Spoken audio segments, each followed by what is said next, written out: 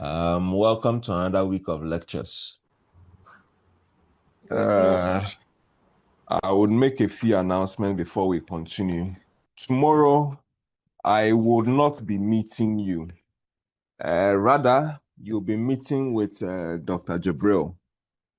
He'll be taking you through some demonstrations. So tomorrow, I would not meet with you. You'll rather be meeting with Dr. Jabril. Also, I think you start preparing for your mid-semester exams somewhere next week. I will notify you when, and I'll notify you the day and the time. But you start preparing for your mid-semester exams. Is there anything else again? I think that is it for now. So prepare for your mid-semester exams, and then also I'll not meet with you tomorrow, but you will meet with Dr. Jabril rather. Good. So let's move on. Today we'll try to do two different things. That's why I've sent two slides to you, two PowerPoints to you guys. The first is the pharmacotherapeutics, and then we'll continue with calculations. I hope you all brought your calculators. So when we are done with this slide, we'll continue with pharmaceutical calculations. So let's continue. Pharmacotherapeutics, which I have introduced to you before in our very first presentation, is the study of the use of drugs to prevent, treat, and diagnose diseases, as well as alter normal function.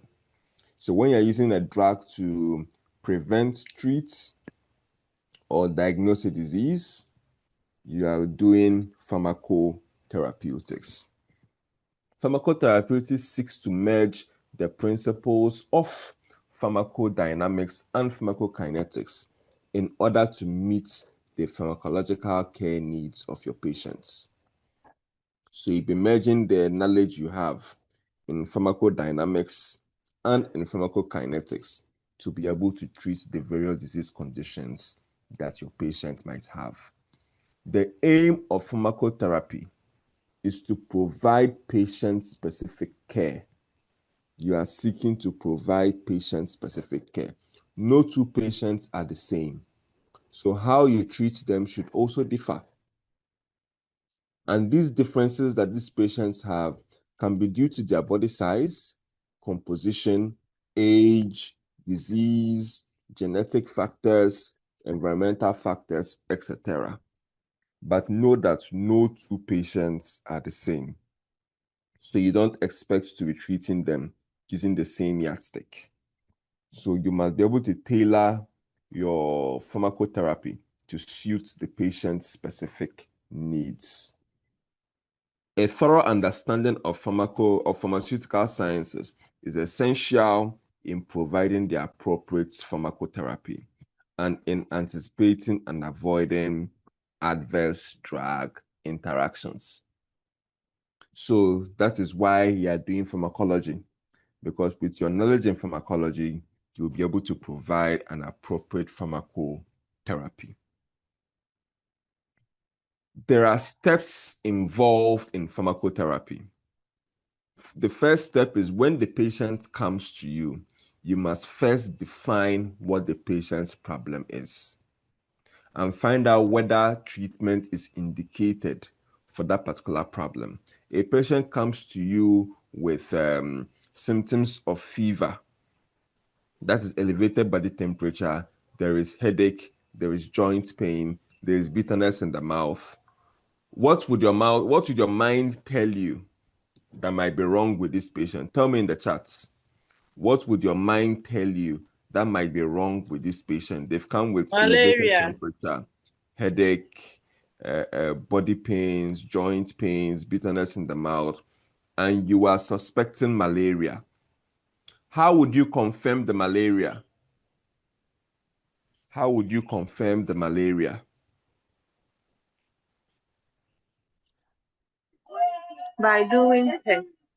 By doing laboratory tests, yes. So the patient comes to you, tells you their symptom, and you are suspecting a particular condition. So you will now go and do lab tests. And if the lab test comes out positive for malaria, that means that treatment is indicated. If the lab test comes out positive with malaria, that means that treatment with medication, pharmacotherapy, is indicated. But before you start your pharmacotherapy, you need to outline your therapeutic objectives. You need to outline your therapeutic objectives. What are your objectives in the treatment you want to give?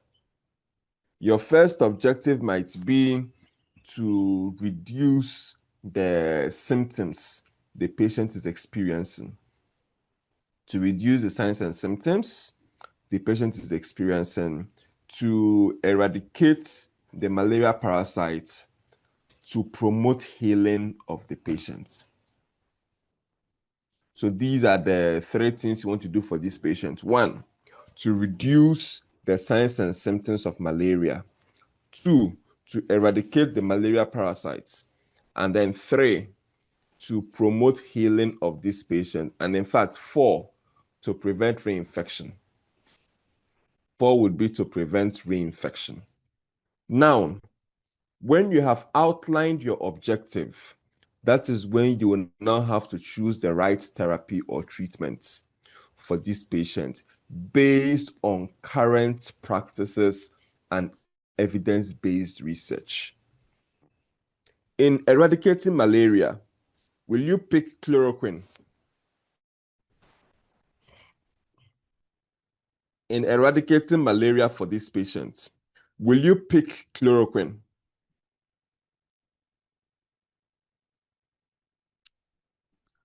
Why wouldn't you give chloroquine? Those of you saying no, why wouldn't you give chloroquine? If you can tell me verbally, tell me. Unmute yourself and tell me.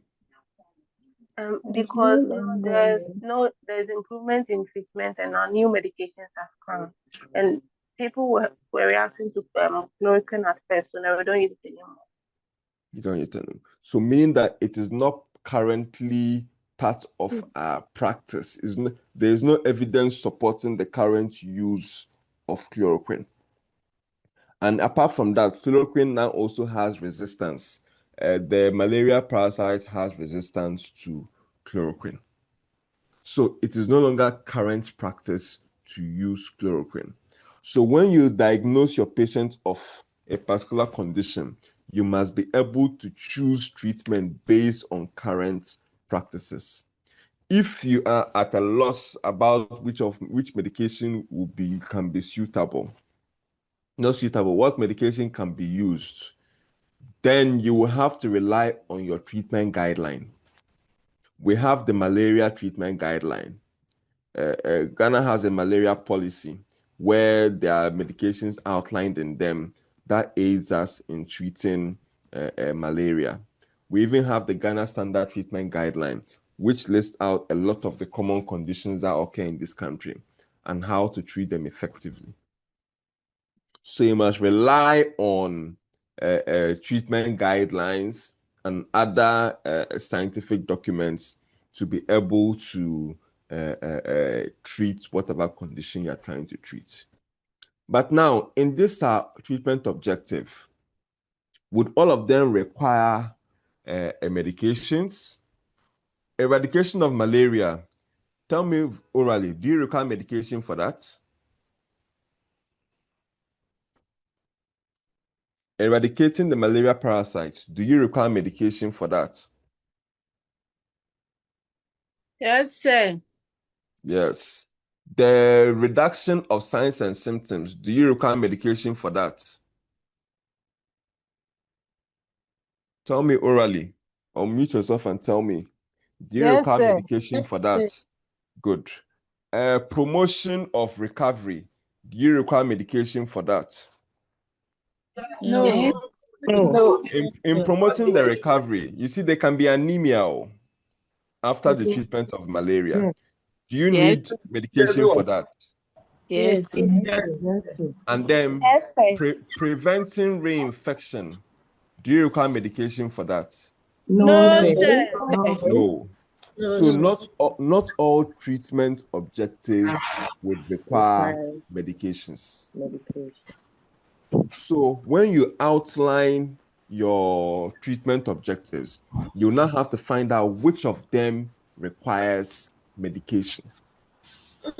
And then the ones that require treatments, what type of treatments are available to you? So in the standard treatment guideline, you can have the artemether-lumefantrine combination. You can have the artesunate amodiaquine, or you can have dihydroartemisinin piperaquine. There's a new one even currently in the system. But let's say you have these three in your standard treatment guideline. Which of these three is going to be suitable for your patients? Let's say the amodiaquine is taken twice daily, one in the morning, one in the evening. The lumefantrine is taken twice daily, but there is time allocated to it. The first dosage is interval of 8 hours. Second one is 12 hours. The other one is 12 hours. And then the last one is the dihydroartemisinin piperaquine. That one is taken once daily. If I come to you and I tell you that my type of work, I won't have time to be monitoring and be taking it twice daily. So give me something that will be suitable for my type of lifestyle and the type of work I am doing. Which of these options will you give to me? Will you give me the artemether-lumefantrine? No, sir. No, sir. Will you give me amodiaquine I have to take morning and evening? No, No, sir. sir. Will you give me dihydroartemisinin piperaquine I have to take only once daily? Yes. Yes, sir. So you have to choose a suitable Yeah. therapy. You have to choose a suitable therapy. In resolving the patient's headache, if the patient has ulcer, will you give diclofenac? No. No, No, sir. No. No, sir. You No, can't sir. give diclofenac. So you need to verify the suitability of the treatment you have chosen. So make sure that whatever treatment you are selecting is suitable for the patient. And then when you are done verifying the suitability of the treatment and everything is now in order, you can now start implementing the therapy and giving the treatment. So you start administering the medication to the patient. When you administer the medication to the patient, your work is not done. Some of these patients are going to be outpatients. Some of them they can't take care of themselves. They have to be taken care by a caregiver. You need to provide the patients and their caregivers information about the medication you've given them so that when they go home, they can continue the therapy. What are some of the medication information? What is the drug meant for? How they are supposed to take the medication? Are they taking it with or without food? If they forget one of the doses, can they take it any other time? Are there certain food they should avoid? If the medication finishes, should they go and buy more to add?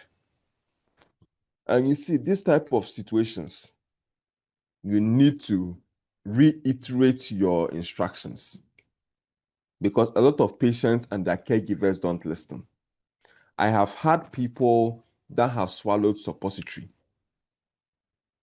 I have seen people that have swallowed suppositories because they did not understand the information that was given to them.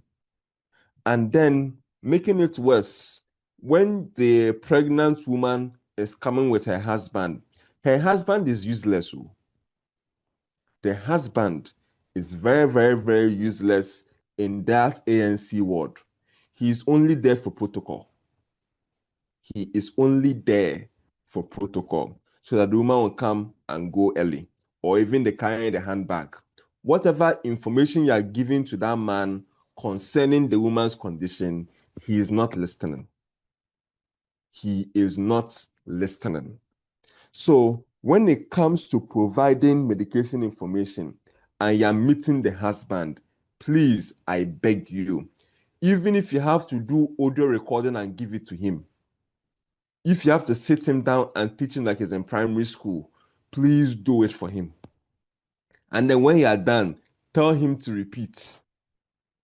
Tell him to repeat what you have said to you. And if he's wrong in his repetition, you recorrect him. So provide the right information and take note of the person you are providing information to. Take note of the person you are providing information to. I have had experience. A father is coming to get medication for his kid. He knows nothing about the medication or even the kid's condition. So he calls the wife who is in the house with the kid and then tells the wife that he's in the pharmacy and he wants to get the medication. And then has the phone over to me to speak to the wife for the wife to tell me what is wrong with the kid. After speaking with the wife, he hung up the phone. I've prepared medication to dispense to him. And I'm about to tell him how the kid should take the medication. So I should wait. That this one, he can't. So he called the wife again on the phone for me to tell the wife how the wife is going to disperse the And like I said, again, men, if they are not the one who is sick, but it is their wife or their child, they are useless. So know who you are giving medication information to and know how to treat them appropriately. If it is the wife's mother that is there, you don't have a problem. Because the mother of that woman wants to make sure the pregnant woman delivers safely. If it is the mother of the husband, you don't have a problem because she doesn't want issues with her in-laws. But when it comes to the husband, you have a problem. So please, don't just say you are the husband. He will do a good job. He would not do any good job. Good. So yeah, that is it. Then when you are done giving information, you're not also done. You need to continuously do assessment. You need to assess the patient. You need to continuously assess the patient. Why are you assessing? To check whether the treatment is working. If the treatment is working, you can continue. If the treatment is not working, you need to stop the treatment and try to find out why. And if you have to modify, you will modify. If the patient is experiencing adverse effects, you need to be able to help the patient overcome some of those adverse effects. If it requires for you to change the medication altogether, you need to change it. So these are the steps involved in pharmacotherapeutics. These are the steps involved in pharmacotherapeutics. Now let's look at the types of therapy. We have different types of therapy. Therapy that are intended for treatment of acute conditions are what we call acute therapy. They usually last for less than 3 months. Chronic therapy, so for example, treatment of malaria, 3 days is acute therapy. Using your artemether is acute therapy. Your treatment of respiratory tract infection for 7 days, acute therapy. Treatment for UTI for 7 days, acute therapy. So acute therapy are meant for acute conditions or sudden or critical illnesses.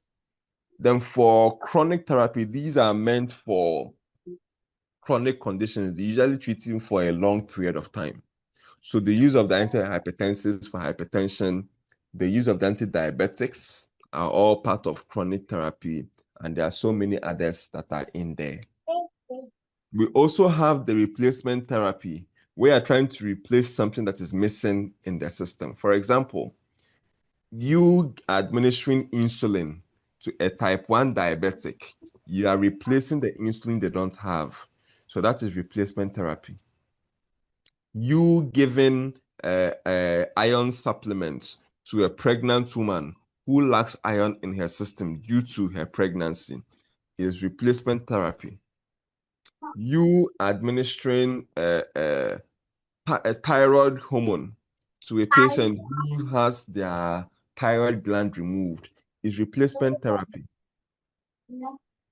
So replacement therapy, you are replacing something that is missing in the system. For the menopausal women that we give the estrogen to, replacement therapy, because during menopause, there's a reduction in estrogen production.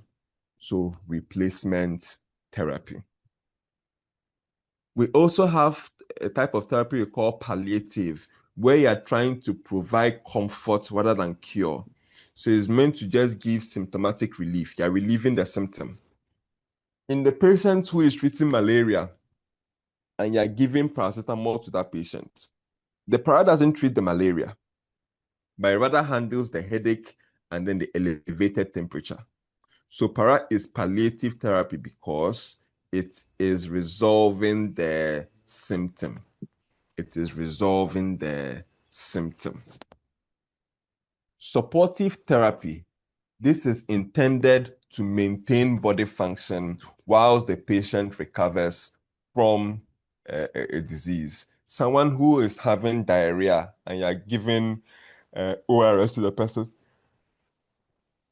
the ORS is supposed to help maintain the patient's body function and then replace lost fluids.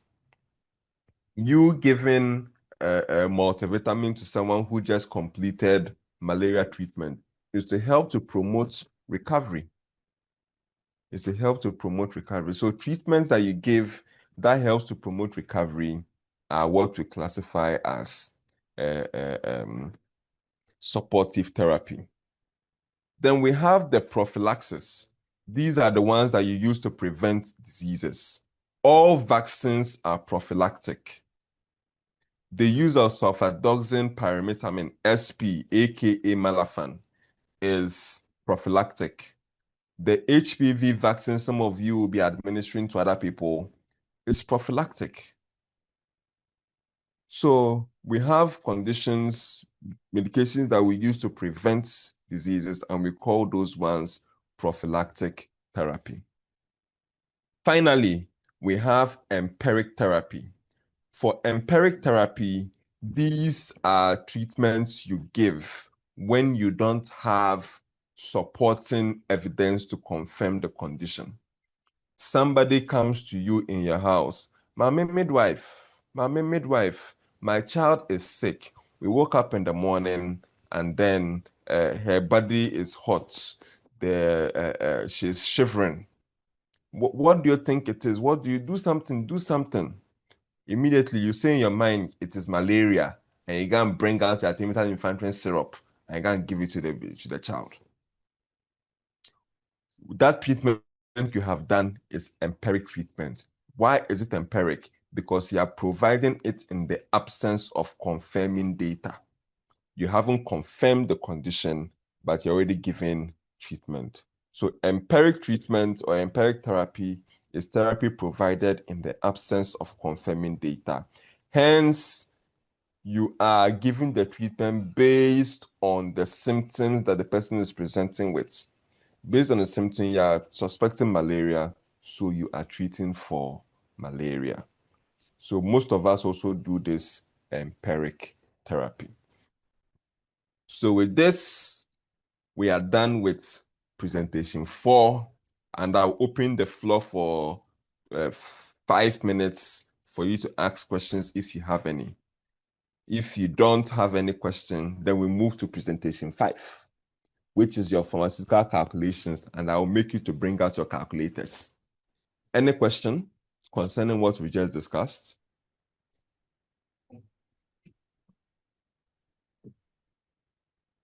Any question? Millicent, what's your question? I don't know why you're ringing. Millicent, do you have a question? Yes, sir. What's your question? Please, the immunization that we give to the kids, can we classify it as prophylactics? Yes, it's prophylactic because you're giving it to prevent. Yes, so it's prophylactic. Any other question? Thank you. You're welcome. Any other question? Florence, what's your question? Hello, sir. Please, with the empiric one, can you sometimes you do the malaria test and it is negative, but still based on the symptoms, you go ahead to give the anti-malaria. Can you still classify it under the empiric because you've done the test but it's negative and based on the symptoms you are giving the drug? Can you classify it as the empirical therapy? I don't know if you can even classify that one as empiric because you've done the test. The test is negative, and chinchina, you still want to treat for malaria. So that one is not The that person is empirical. showing the signs and symptoms of the malaria. But you've done the test, and the test is negative. Sir, we mostly do it too. I know. There are some people who say Even that I myself, in my practice, I used to do it. And you see, when you treat, the symptom goes away. But then, it's still, the data is not supporting the treatment.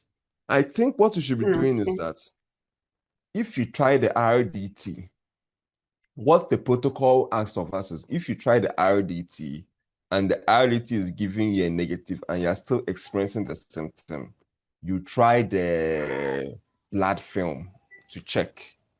But we just do the RDT, and most often we don't go ahead and do the blood film if the RDT was negative. So if the RDT is negative, try to do the blood film to actually confirm that it is present. If the RDT and the blood film are telling you they are both negative, then it might be a different condition altogether. It might be a different condition altogether. But I've had instances where the person presented, you did the RDT, the person was negative. We still went ahead to treat for malaria and the person was fine. But I think maybe it was not malaria the person had, but it was something else. Cynthia. Okay, thank you, sir. You're welcome. You're welcome. Cynthia, what's your question? Sir, I want to ask, with the empiric therapy, the example that you gave, so when you give the person suppository, does it considered as empiric treatment? What's suppository? Let's say PMO. PMO suppository is not going to be treatment. You're not treating any condition. You're just reducing symptoms. So that would be palliative. Okay. That would be palliative, yes. So palliative is just meant to reduce the symptom. You're not treating the malaria with the PMO. You're only going to reduce the fever and then the body pain. So that is just palliative therapy. Okay, thank you. You're welcome. Jennifer. Sir, please, I didn't get the explanation well on the chronic therapy. These are treatments for chronic conditions where the person is taking medications for a long period of time. When you are using antihypertensives for a hypertensive patient, it's a chronic therapy. The person is taking it for more than 3 months and going into years. So that is chronic therapy. You're treating for a long period of time.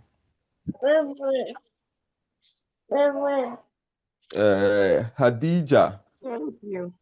You're welcome. Sir, please, I want to find out. We learned that diclofenac suppository we don't give to ulcer patients. Yes. So I want to know, is it all diclofenac medications that we don't give to them, or is only just the suppository? All of them. If somebody has ulcer, you don't give it to them at all, whether it is the injection, whether it is the tablet, whether it is the suppository. But you can do diclofenac gel because it's not enter into the blood. Oh, okay. But any other one that has to enter into the blood, you have problem. Oh, okay. Thank you very much. You're welcome. Augustina.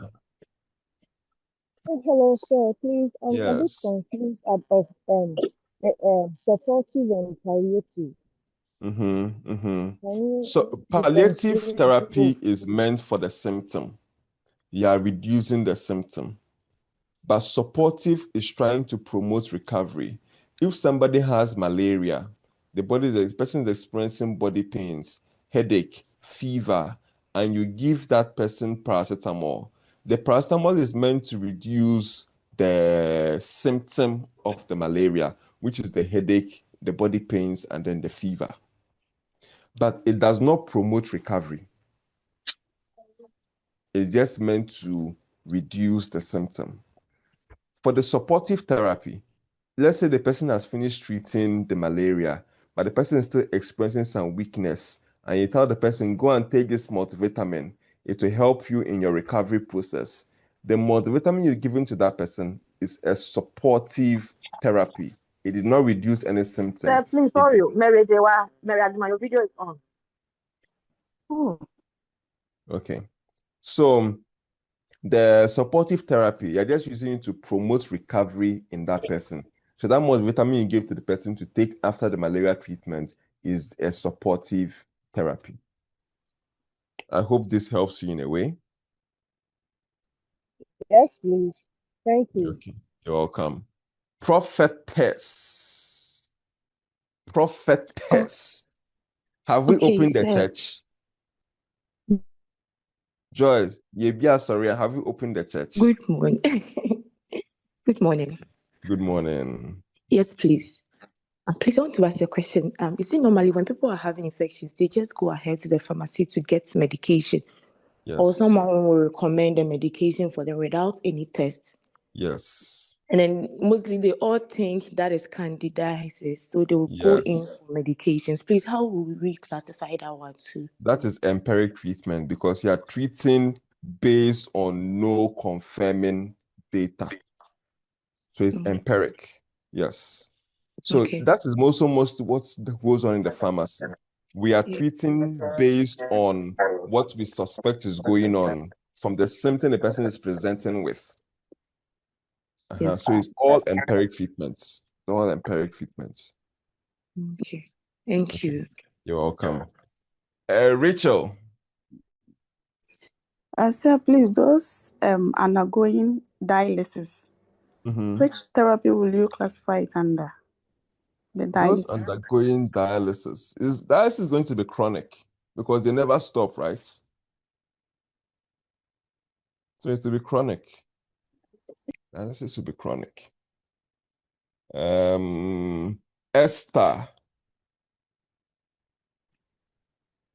Sir, please, good morning. Morning. Yes, I wanted to ask, those undergoing chemotherapy, I think they are trying to replace the cancerous cells. Is it a chronic therapy or replacement therapy? They're trying to do what?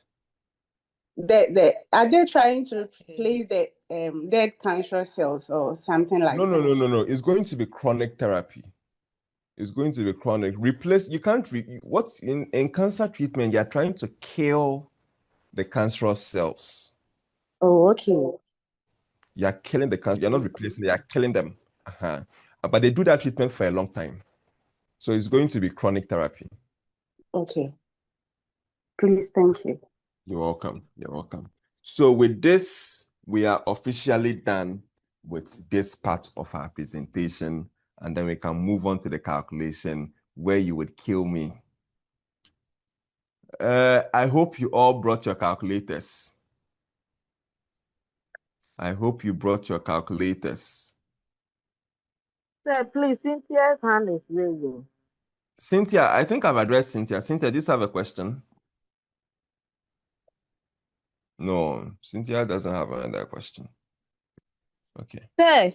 Yes? Sorry for not raising my hand, but you did mention herbal medications that people buy from the pharmacy. That one, it falls under which of the categories? Those ones that they are using for malaria is still going to be acute therapy. because they take it for, I think, 7 days and they are done. So acute therapy. Yes, so most of the herbals are actually acute therapy because they don't take it every day for several months. They only take it for a short period and they stop. So it's acute therapy. Oh, okay. Thank you. You're welcome. You're welcome. So now, this is where we are. Pharmaceutical calculations. And then I know in your mind, you're having lots of issues with calculation. A lot of you, after SHS, you haven't touched a calculator again.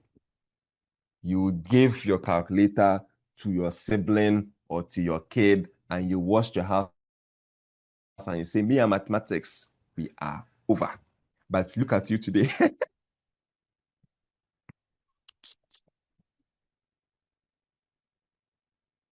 So you are teasing us.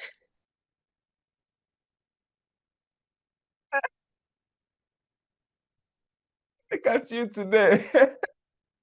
When I was Shahana, you said we are done. Now look at you. Oh. Asonim.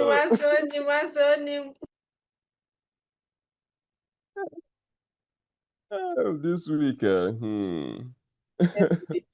so we have to do calculation. We have to do calculation. And then let's start with these simple ones first. We must know how to do conversion. You must be able to convert. You see, the parameters we deal with usually in our clinical settings are weights, volumes, and then height. Most of your drugs comes in milligram, in grams, in micrograms. People's weight comes in kilograms and sometimes in pounds. So you must know how to interconvert between them. So I've given you this simple extrapolations where 1,000 microgram is equivalent to 1 milligram. 1,000 milligram is equivalent to 1 gram. 1,000 grams is equivalent to 1 kilogram. And then 2.2 pounds, the unit for pounds is lb, is equivalent to 1 kilogram. For your volume, we usually have our infusions coming in mils or liters. We have the 500 ml normal saline, the 1 liter bag normal saline. So 1,000 mils is equivalent to 1 liter, and then 500 mils is equivalent to 0.5 liters. In terms of height, you can have height in inches. 1 inch is equivalent to 2.54 centimeters. 1 foot is equivalent to 12 inches. And then 100 centimeters is equivalent to 1 meter. These are just simple interconversions. So with these in mind, let us do a simple calculation. I don't know. Help me do the first one. 0.5 grams will be equivalent to how many milligrams? Help me do the calculation and tell me the answer in the chat. Please, it's 0.05. Are you sure? Yeah. 0.05 grams, yes, is equivalent to how many milligrams? Help me do the calculation.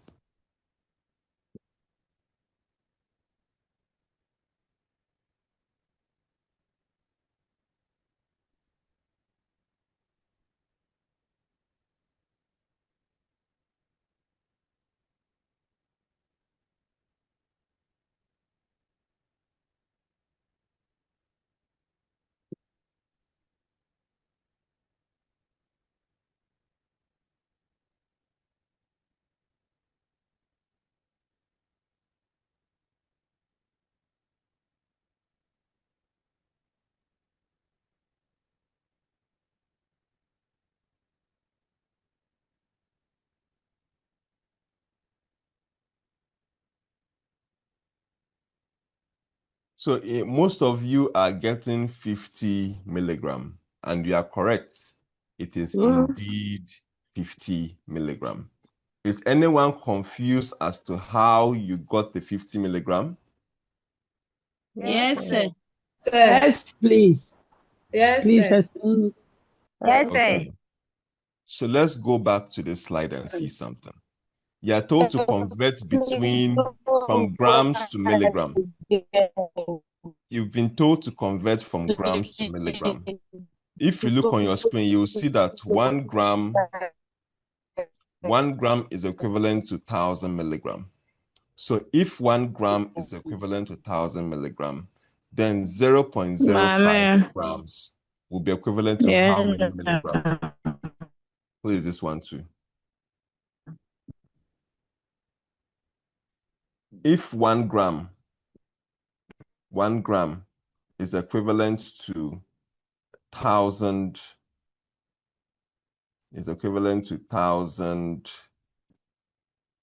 milligram, then your 0.05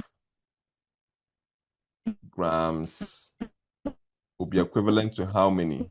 You cross multiply. 0.05 multiplied by 1,000 divided by 1 gram. And then you will get 50 milligram. So it will be 0.05 grams multiplied by 1,000 milligram divided by 1 gram. The gram will cancel out gram, leaving you with milligram. So you have 50 milligram in the end. So you have 50 milligram afterwards. Are we okay? Please go over. I have gone over. I have gone over. Based on this thing you have here, it says that 1 gram is equivalent to 1,000 milligram. So if 1 gram is equivalent to 1,000 milligram, then 0.05 will be equivalent to how many milligram? So it will be 0.05 multiplied by 1,000 milligram divided by 1 gram. 0.05 multiplied by 1,000 milligram divided by 1 gram. That's a simple calculation for you to do. There is no formula for you to use. It's a simple proportion. 0.05 grams multiplied by 1,000 milligram, all divided by 1 gram. You will do that calculation, you will get 50 milligram. Mary, do you have a question? Yes, sir. What's your question? Sir, please, I did it. When you asked us to calculate it, I did it 0.05 times 1,000. Then I got 50 milligram. That's it. I want to ask, does it apply to all of them, or is just this one that I got the same answer so that I won't use it again, then go by this one? No, it's if here is always going to, you just multiply. It's not always you have to divide. You have found a shortcut, and that shortcut is fine. Okay, thank you. You're welcome. Good.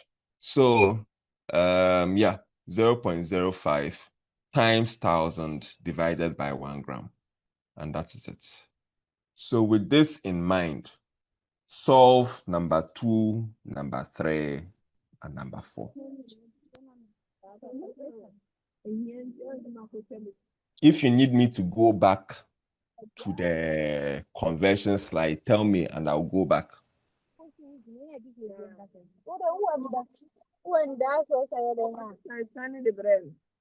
Rita is having inidaso, but she's not calculating.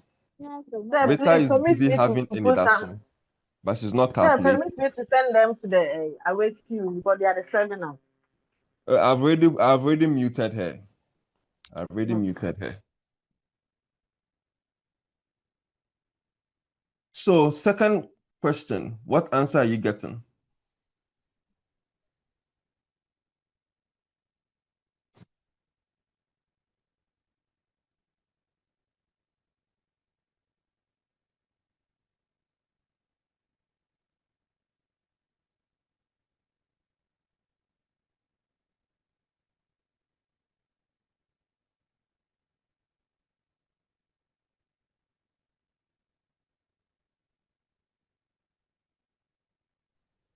Sir, please, can you go back to the question?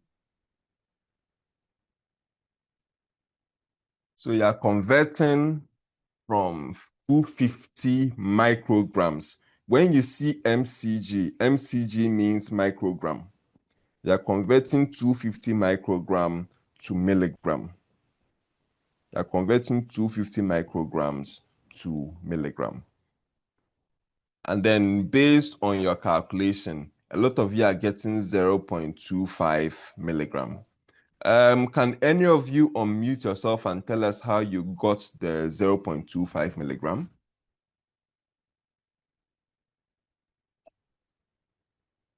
Sir, please. 1,000 microgram is equivalent to 1 milligram. Mm-hmm. So 200 microgram. 250. 250 microgram times 1 milligram divided by 1,000 microgram is 0.25 milligram. Yes. Yes. Yes. So yes, you get 0.25 milligram.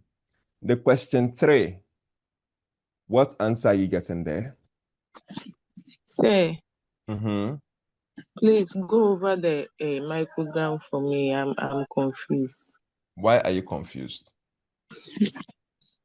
I can't calculate it here. That's why I'm confused. Why can't you calculate? What are you calculating?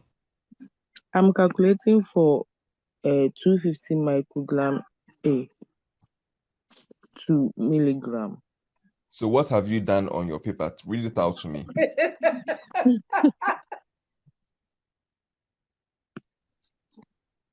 I'm waiting. Read it out.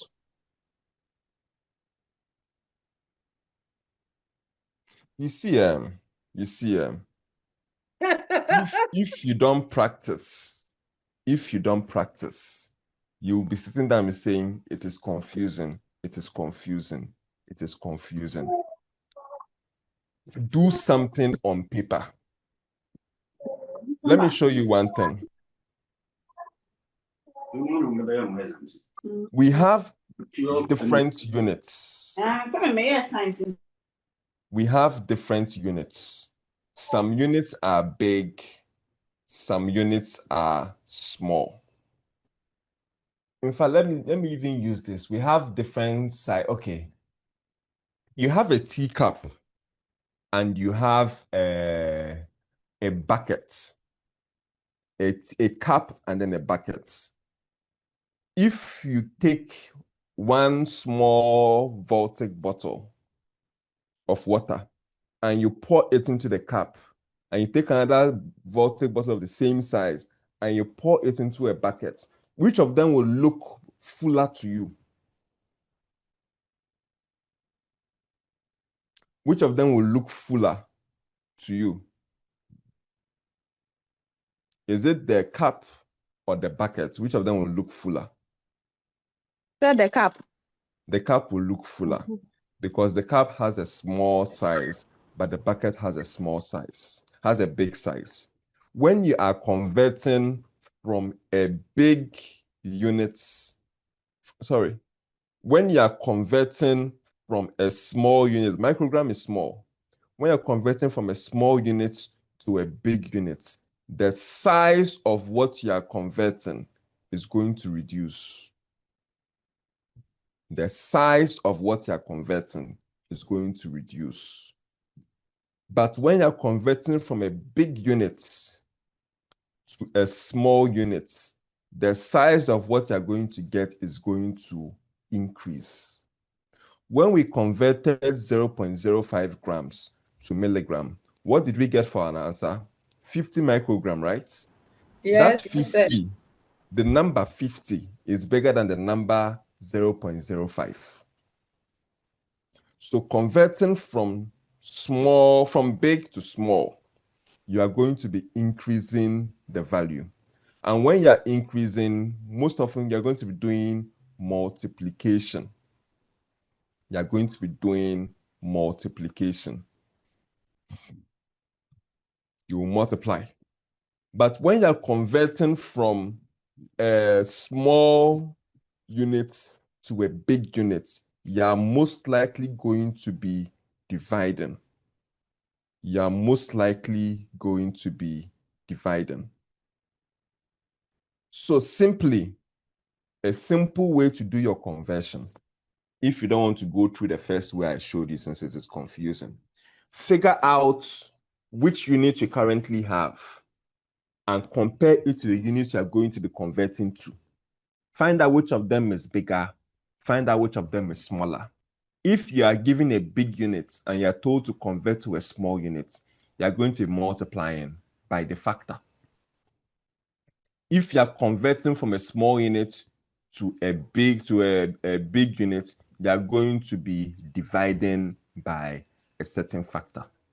In this situation, the factor is 1,000. In this situation, the factor you're going to use is 1,000. So, who was the person that lodged the complaint to me right now concerning their confusion?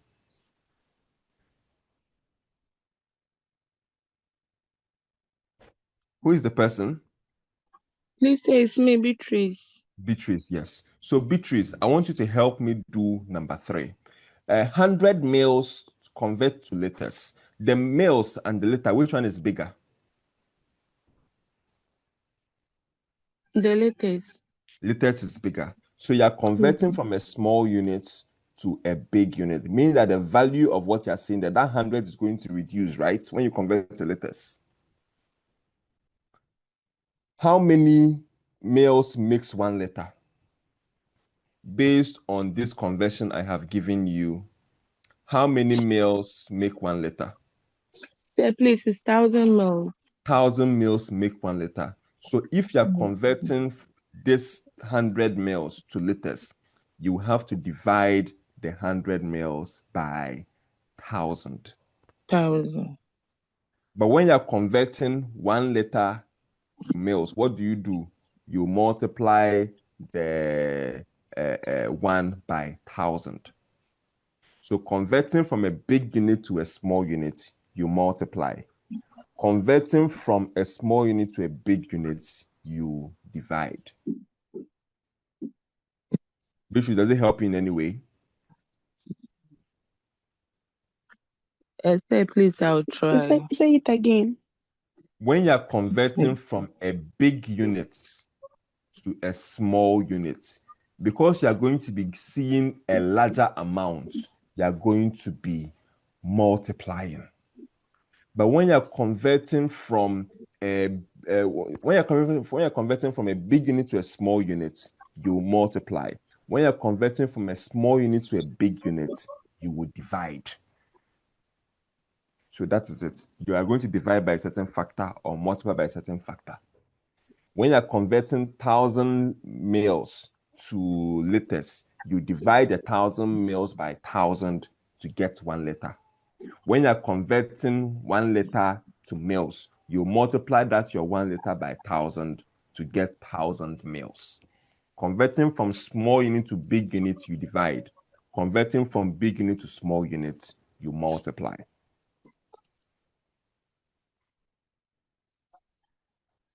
The last one, those of you that got 0.1 for question 3, you are correct. Those of you that got 0.1 for liters for question 3, you are correct. For the question 4, what did you get for your answer? Liters is capital O. Liters is capital L. 1 gram for question 4. 1 gram, yes. 1 gram for question 4. Yes. Hello, 1 gram. sir. Yes. Please, I'm getting fraction. What fraction did you get? For the second one, I had 1/4. 1/4. That Yes. 1/4, there is a place on your calculator that has been written S to D. Search for the buttons. Yes. S arrow D. On your calculator, search for the button there. Are you using the scientific calculator? Yes, sir. Yeah. Search for the button. There's an S to D. S arrow D on that calculator. S arrow, then D. S for snake, then arrow D. Somebody says it's above. There's a button that has DEL on it. Del. Yes. That Del button is on top of it. Yes. Press that S to D, and then you convert that your fraction to decimal. Okay. Hey, people haven't touched their calculators since SHS. When I wish I no. So after getting the 1/3, then I'll press the X to B. Yes. Okay. Anyway, they thank you. Bet me yeah, you wouldn't that.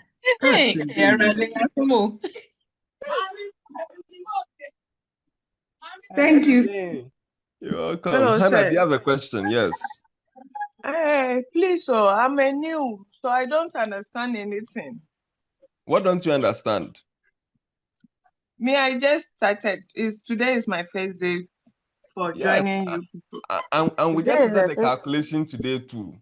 So there's nothing that these people know that you don't know concerning this calculation. You are all on the same level. Oh, okay. The way you're struggling is how they're also struggling. So you're in good. Okay. Sir, please, the Mm-hmm. number 3, the 100 mils to liter. I had 10. You had 10. Madam, how did you get 10? You divided. Yes, please. What did you do? Tell me what you did. You divided 1,000 by 100. Yes. No, you're supposed to divide the 100 by the 1,000. Okay, sir. Thank you. You're welcome. So, so yes, the last one is going to be the 1,000 milligram to gram. You're going to get 1 gram as your final answer. You will get 1 gram as a final answer. So be practicing these conversions. Hannah, do you have another question? No, please. Okay, good. Does Beatrice have another question? Yes, but this is Beatrice, not the one that spoke first. Okay. Beatrice, what's your question? Just some calculation I have been doing about the multiplication and the division for this calculator wahala. I learned in I think SS by our mathematics teacher that if you are converting, if this thing have decimal point and you are dividing by maybe 1,000, the factor contains 0. You just have to move the decimal point by the number of zeros. The number of zeros. So you don't have to press computer again. And if it is you move the decimal point to the left side. And if it is multiplication, you move it to the right side. So if you do it like that, let's say the last one, the 1,000 milligram to 1 gram, we are dividing. So the decimal point is assuming that it's at the before the 3rd zero. So you move the decimal point 3 times and it will be at 1. It will now come and land at 1.0, which is 1. Thank you. You're welcome. So what she's saying is that let's even take this 0.05. This 0.05 you are trying to convert to milligram. Ideally, you'd have multiplied by 1,000. She is giving you another way of doing your calculation, even without having to punch your calculator. You have 0.0. Why is my distance coming like this? 0.05 multiplied by 1,000. Now, if you are multiplying, you are going to be moving the decimal point to the right. If you are dividing, you will move the decimal point to the left. And the number of times you move the decimal point is dependent on how many zeros there are. So if you are multiplying by 1,000, you have to move the decimal point 3 times. 1, 2, and then 3. At the 3rd is where you end, and whatever is out there, you will now put 0. So in the end, you are having what? 50 milligram. You will have 50 milligram in the end. So if you are multiplying, move the decimal point to the right. If you are dividing, move the decimal point to the left. But the number of movements you will do is dependent on the number of zeros that there are that you are using to multiply. So if you're multiplying by 1,000, you move the decimal point 3 times. 1, 2, 3. Then you put 0 at the end of the last one, or whatever number of zeros you need to put, you put it there. And then you will get your 50. So that's basically what Beatrice was teaching us. Beatrice had a good mathematics teacher. For some of us, our mathematics teacher died in primary. So, so look at us today. Alidu, what's your question? Ramatu, what's your question?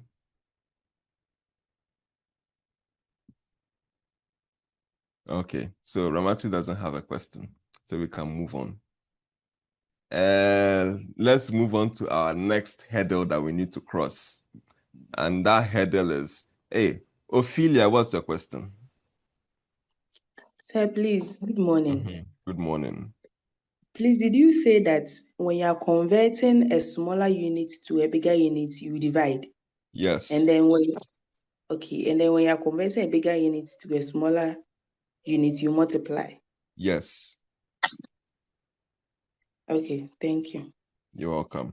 Ata Kunedu. Yes, please. Sir, good morning. Good morning. Please, is the 1,000 always constant? It depends on, it's not always constant. It depends on what you are converting. For example, if I tell you to convert from centimeters to meters, you can't divide by 1,000. Okay. You have to divide by 100. Yes. So know what you are converting, and then that will tell you the factor to use. Okay. But when is the milligram and the grams is always 1,000? Yes. But when it's centimeters, it's 100. Yes. Okay. Thank you. You're welcome. Cause me the mass and I mean mass. When I hear mass, then I'm sick. Yes, don't worry. Don't worry, you'll be fine. Let's move on to the next.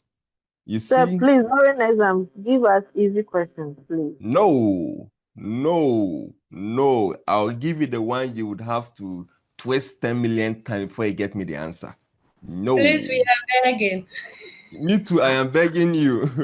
Sir, no, sir, no be provided yen with a inana. With the formulas. Yes, I'll give you the formulas, but giving you formula is not the issue. Hey, sir, we also giving you formula is not the issue. Consider our age. As for the formula, I will give you formula, but that is not the issue. Sir, consider our age. Why? And I've considered, that's why I've given you these ones. So we are school near Beja. Oh, won't you mean at this stage? Won't you mean?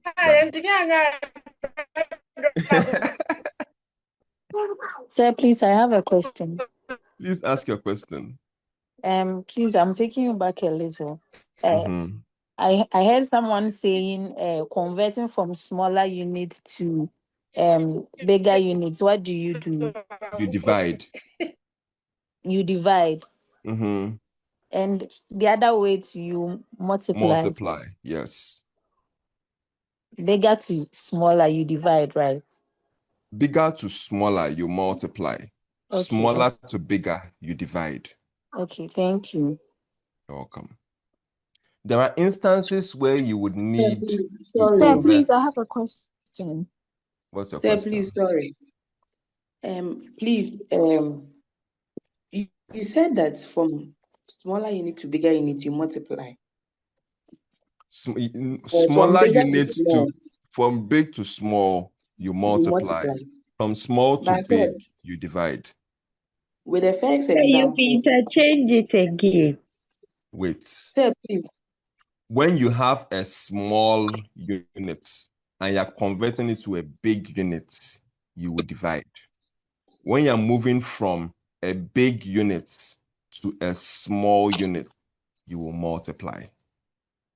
Okay, so converting from small to big, you will divide. Converting from big to small, you will multiply. Okay, so it's coming back to my question. With the first example we solved, we were changing to milligram to grams. Yes. And the milligram yeah, is smaller. you did not change from milligram to gram. You changed from gram to milligram. So the first example. First example, that's what is on your screen right now. 0.05 grams to milligram. Oh, okay, sorry. Thank you. You're welcome. Open Sir, your please, eyes. I have a question. What's your question? Sir, please. How about if you are asked to convert from microgram to kilogram? Then you have to find the factor. How will you do it? Because I'm confused. Are you going to change the microgram to milligram, then you change it to gram? Look at. It takes 1,000 microgram to give you 1 milligram, right? Yes. Takes 1,000 milligram to give you 1 gram, and then takes 1,000 grams to give you 1 kilogram. Add all the zeros starting from the milligram. This plus this plus what? This. How many zeros are you having? 3. No. 3, 3, 3. Nine. How many? 9. So the factor is going to be what? 1 with 9 zeros. Okay. And what are you going to do? Are you going to multiply or divide? So divide. We are going to divide. You're going to divide, yes. Because they're converting from small to big. Yes. Okay. So you divide that your 1 microgram by the 10 with 9 zeros to get your kilogram. Okay. Thank you. You're welcome. So let's move on to today's business. The rest of today's business. Conversion of adult doses to child doses. There are times where you have the adult dose, but your patient is the child. So you need to know how to convert or get the child's dose from the adult dose. Sometimes it's difficult to calculate children's dose, but we all know most of the adult doses. But what we don't know is how to convert from the adult dose to the child dose. You can convert based on body weight, based on the age of the child, or based on the body surface area. Now, if you are converting based on the age of the child, you can have 3 different formulas to use. We have the Young rule. In the Young rule, you are usually using that one for children aged between 1 to 12 years. And then this is the formula. It is the age of the child in years divided by the age of the child in years plus 12 years, all multiplied by the adult dose. So you use this formula to calculate for the child's dose. You can also use the Fried rule. This Fried rule is meant for children who are less than 1 year. And then how do we do this? We divide the child's age in months. The child's age in months divided by 150 multiplied by the adult dose. Then we also have the crawling rule. For the crawling rule, they are going to divide the age of the child by their next birthday. What do I mean? If the child is 10 years right now, and you're trying to do this calculation, you're going to use the child's age in their next birthday. So you're going to use 11 years. So it's going to be 11 years divided by 24 times adult dose. Times the adult dose. So for the crawling rule, is the age at the next birthday in years divided by 24 multiplied by the adult dose. If you are converting based on body weight, you can use the Clark rule. The Clark rule gives you the 2 different formulas to use. For one of the formula, you use it if you are getting the weight in pounds. But for the other one, you use it if the weight is coming in kilogram. If you're getting the weight in pounds or your scale is in pounds, it means that's going to be the weight of the child in pounds divided by 150 pounds multiplied by adult dose. But if the scale you are using is in kilogram, it is the weight of the child in kilogram divided by 68 kilogram multiplied by the adult dose. The modified weight rule is the weight of the child in kilogram divided by 50, all multiplied by the adult dose, all multiplied by the adult dose. For the Majid rule, the formula is the adult dose divided by 70 kg multiplied by the weight of the child. And that is the Majid rule. I am flying through this because I just want to show you the formulas to use, and then we'll start working examples that we have. The last conversion is if you are using the body surface area. If you are using the body surface area. I have given you this formula to use to calculate for body surface area. And it is the unit of body surface area is meter square. The unit is meter square. And what is the formula? The weight of the person in kg multiplied by the height of the person in centimeters, all divided by 3,600, and you'll find the square root of all of them. That will give you the body surface area. So after determining the body surface area of the child, you can go ahead to calculate for the child dose.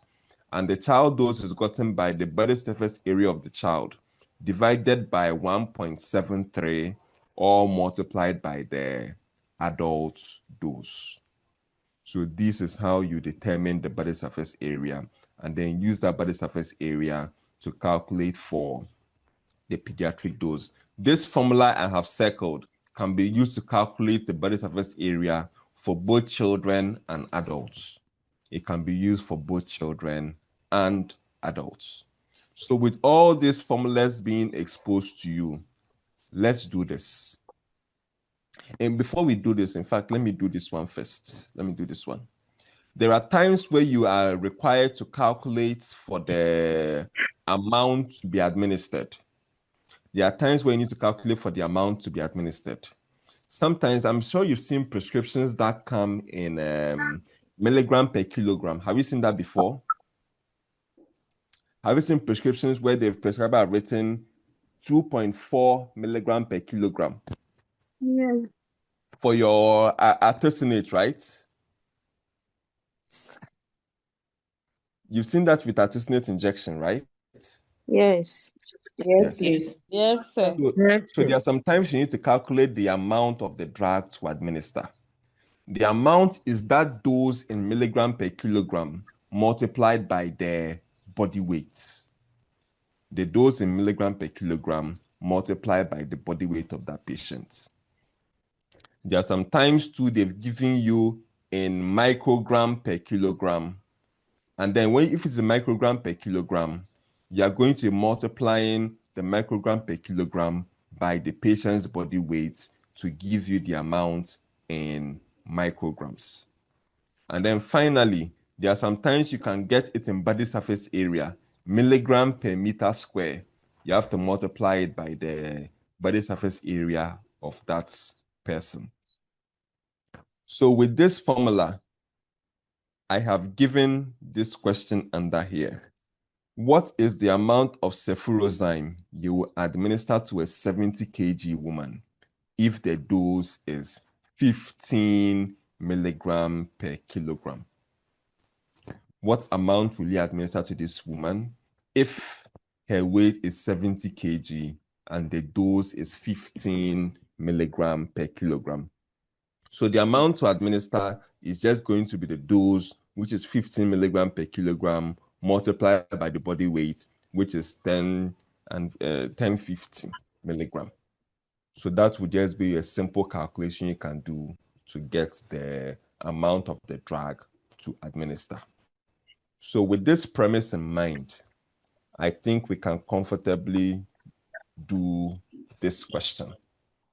An adult patient weighing 65 kg and has a height of 160 centimeters requires a dose of 250 milligram per meter square of ibuprofen, how many milligram of ibuprofen will you administer to this adult?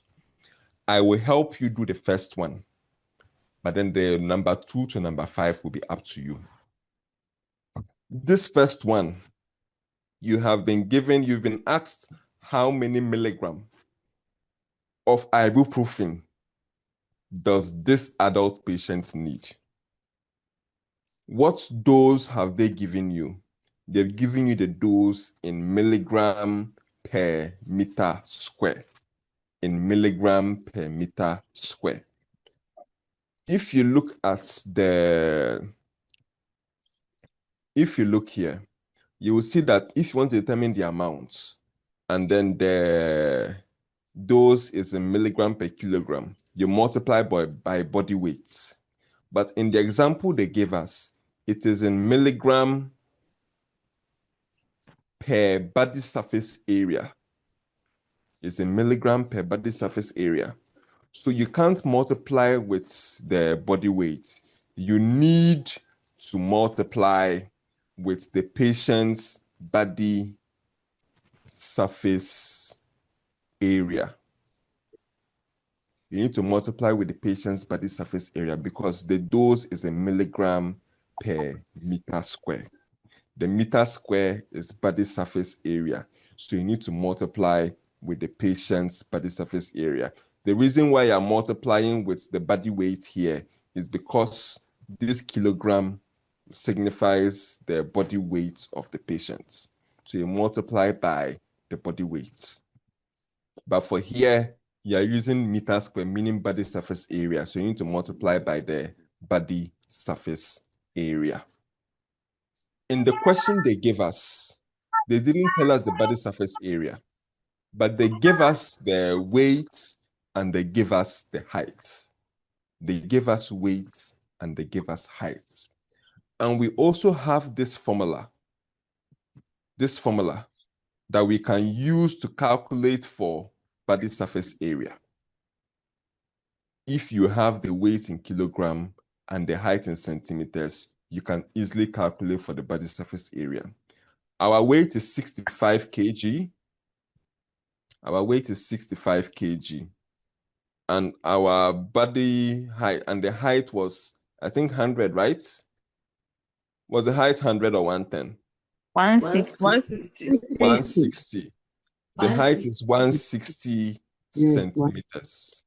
So put these parameters into this formula I have circled and calculate the body surface area of this adult for me. Remember that there is this square root. This square root is not there for fancy. You have to put it in your formula. So use this formula to calculate for the body surface area of this adult for me and tell me the answer of the body surface area.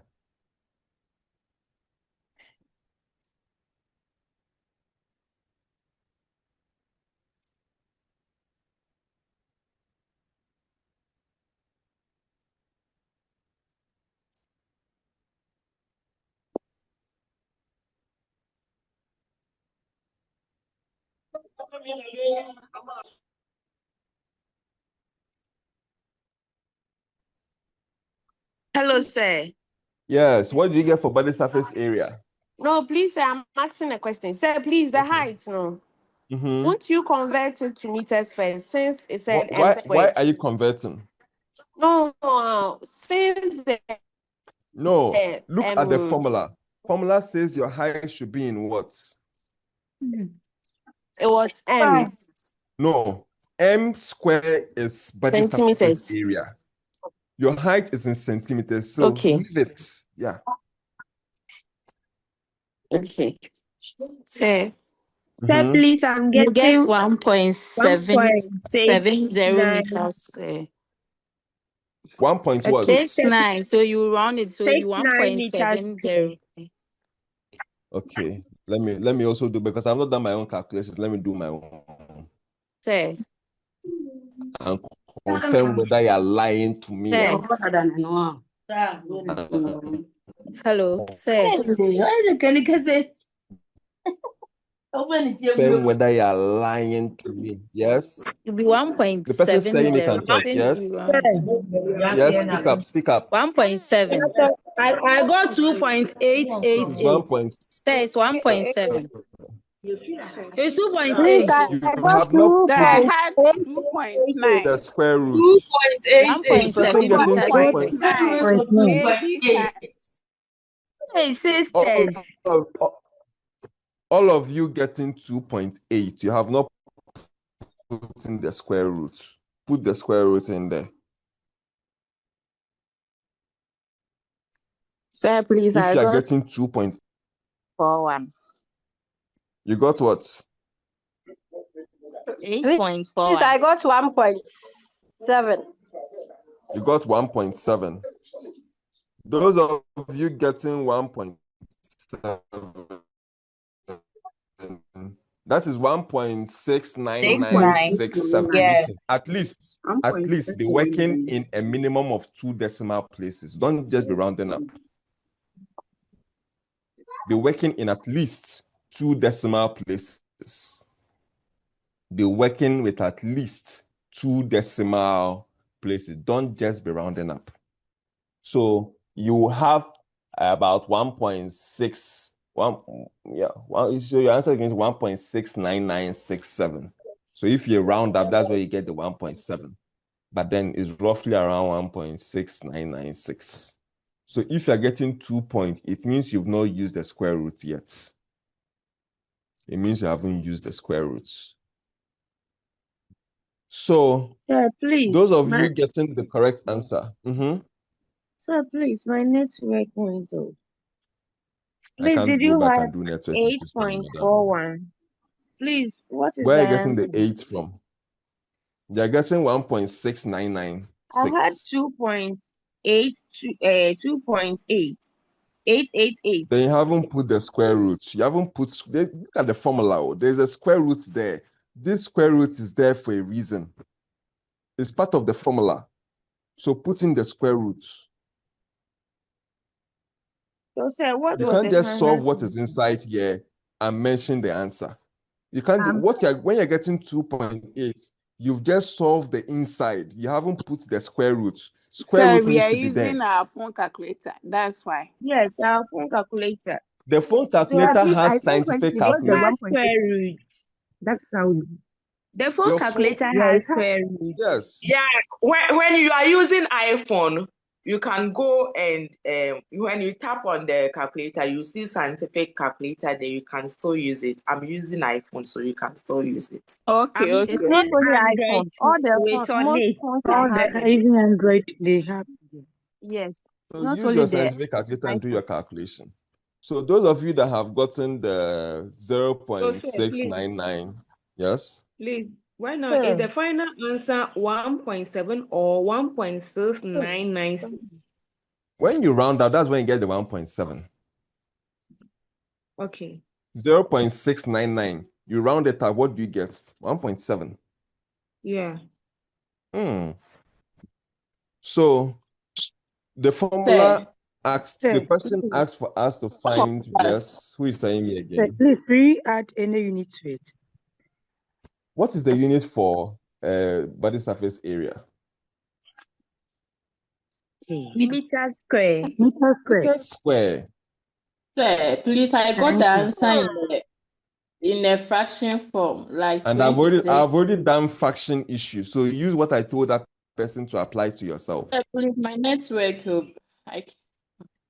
I spoke about fraction with somebody earlier in today's class, about 10 minutes ago.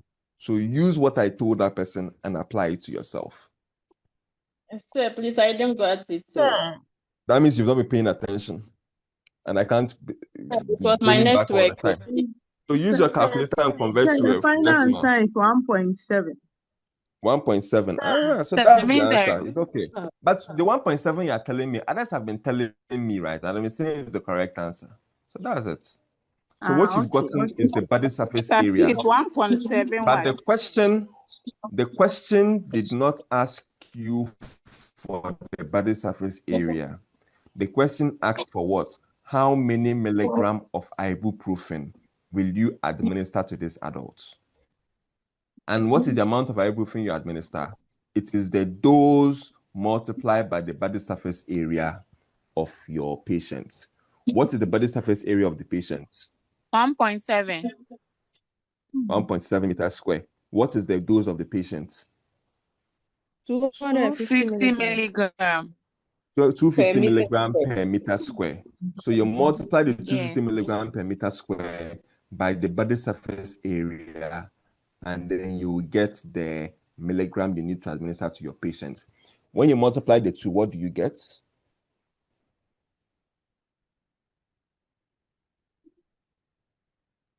Four 424.775 milligram.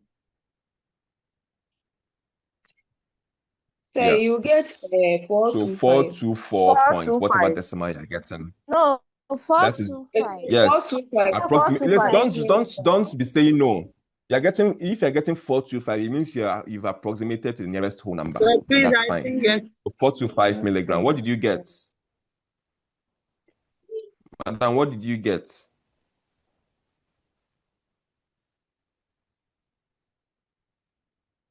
So if you're getting between 424 to 425, you're correct.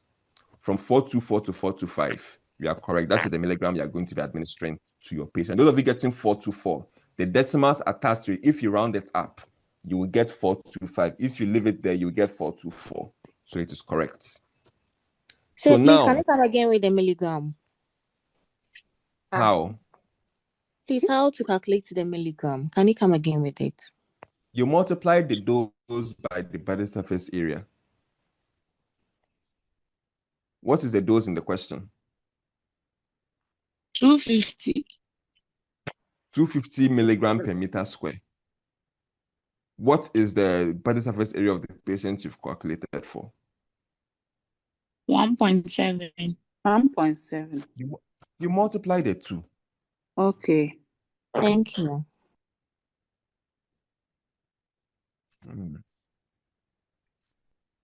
So that Please, is the answer for the first one. Yes. Please, sir. Mm-hmm. Sir, please, I just wanted to find out, the question was not demanding for the body surface area. So in case of exam, am I supposed to show all these workings there, or I do it somewhere and just insert my answer there and Where will you do it? maybe somewhere. In your question, I'll give you a space for you to do your calculations. So you do your calculations there. Okay. Good. Sir. Yes. Hey, you see that in the question, it said 250 per meter square of ibuprofen. Mm-hmm. So is it that is the meter square of the 250 or just the 250 times the 1.7 that we got, the body surface? Oh. Network. Your dose, madam. Okay, thank you. Dose you've been given. Sir, this hello. is the dose you have been given. Hello. So, yes. Yes. Hello, sir. Good morning. Mm-hmm. I'm listening. What's your question? What is your question? I'm lost. So. Where are you lost? You said that the dose is 250 milligram. I did not And say the body surface is I never said it is 250 milligram. Yeah, some more. I never said the dose is 250 milligram. In the question, this is the dose. It is not 250 milligram. It is 250 milligram per meter square. That is the dose, not 250 milligram. It is 250 milligram per meter square.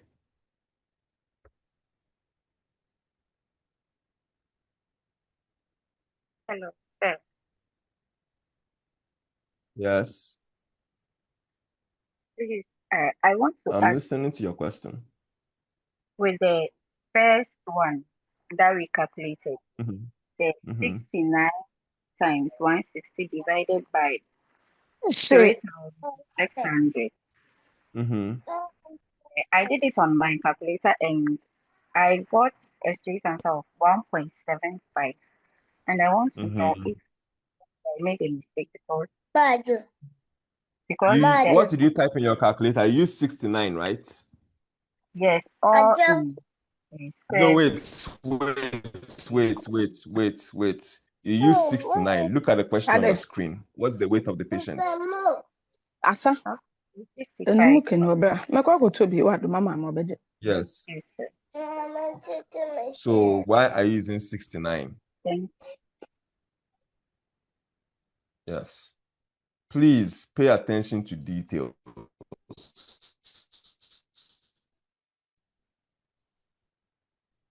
Pay attention to details.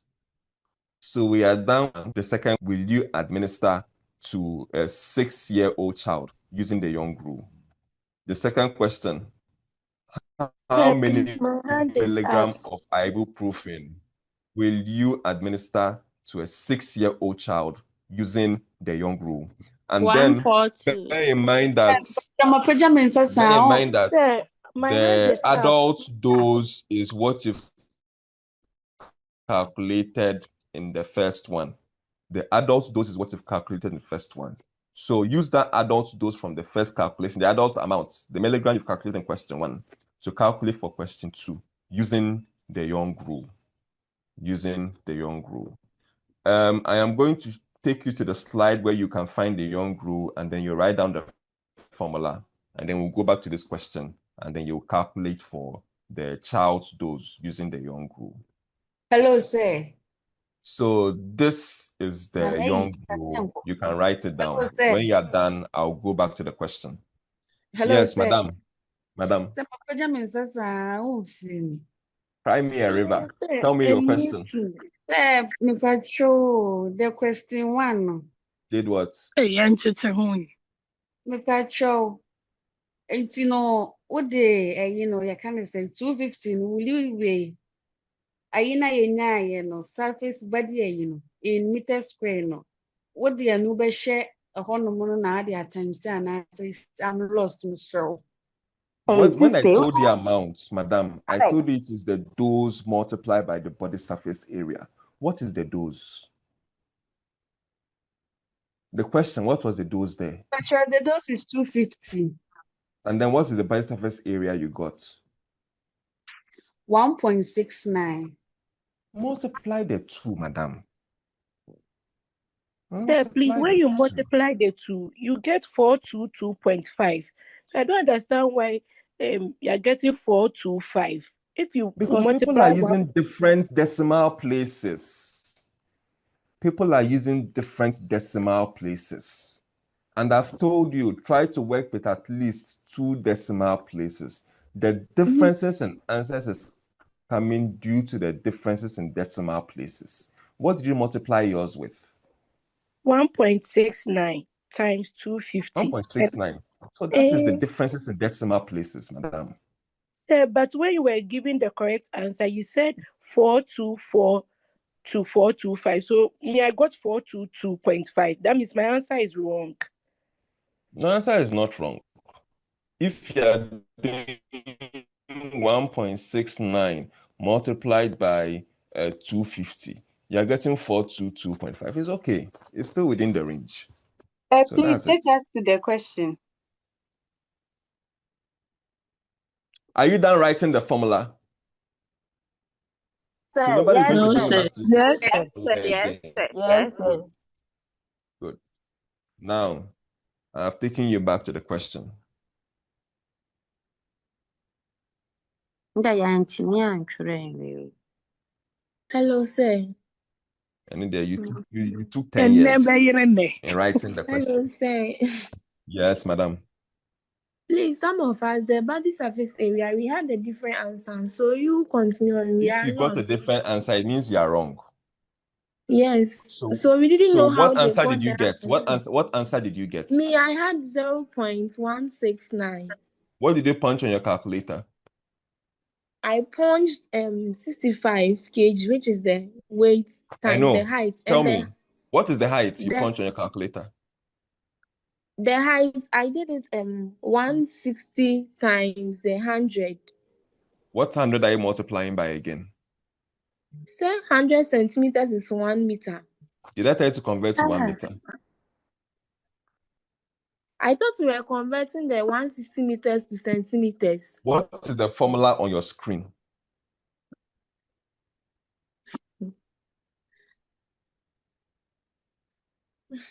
Yeah, please.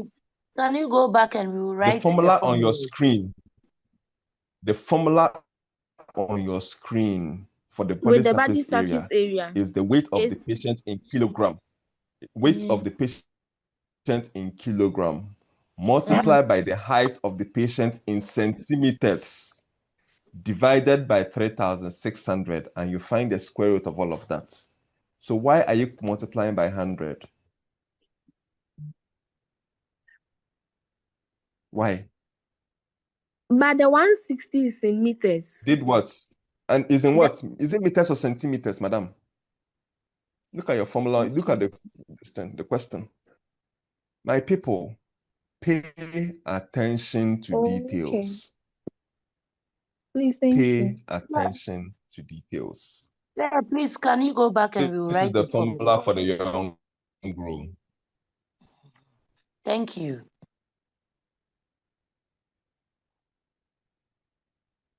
I had the question too. I had 141.333 kg. Yeah, 141.333. Yes. The child is 6 years.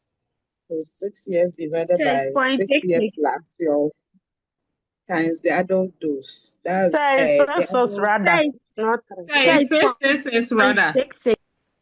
The decimal places, I'm not interested in decimal places. So leave at least 2 decimal places. I'll be the one to tell the correct answer. Multiply by 40. Yeah, some of you will get 140. Some of you will get between 140 to 142 is okay. Between 140 to 142 is okay. So, yes, I'm and lost. you're falling within that range. Why are you lost? Please don't be lost. Why? Please, the question on the screen.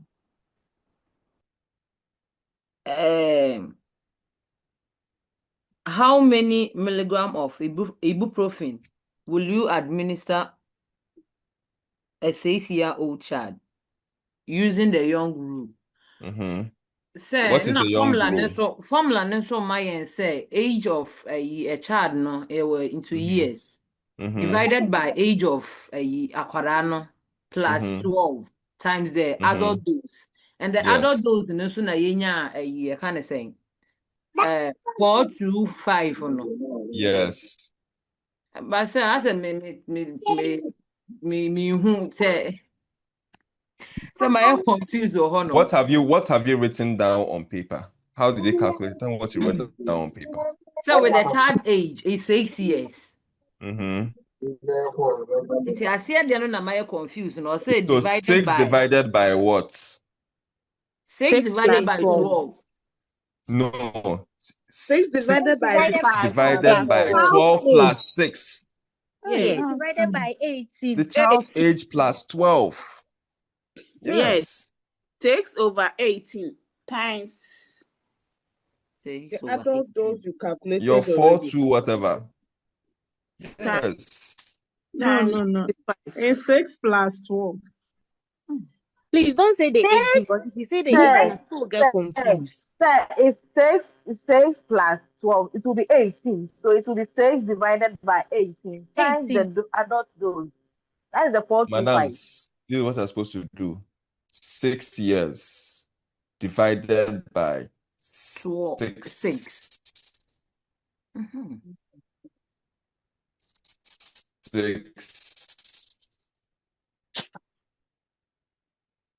plus the dose you got. So this 6 plus 12 will give you what? 18. 18. So 6 divided by 18 times your adult dose. Man 4. Man 4. These are simple calculations. So then when you get to the hard ones, then what will you do? Sir, please, the adult dose is... Don't ask me. You've calculated for it already. 425. Okay.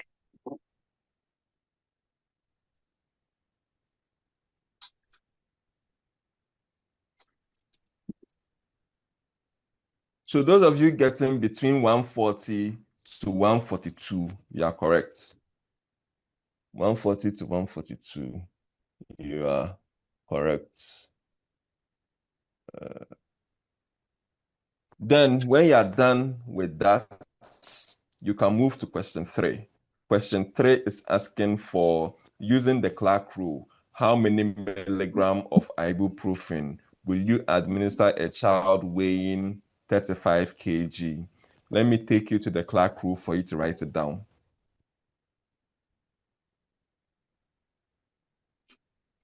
You read the question. You've been given the weight in kilograms for the Clark rule. You've been given the weight of the child in kilogram. Now, this is the formula.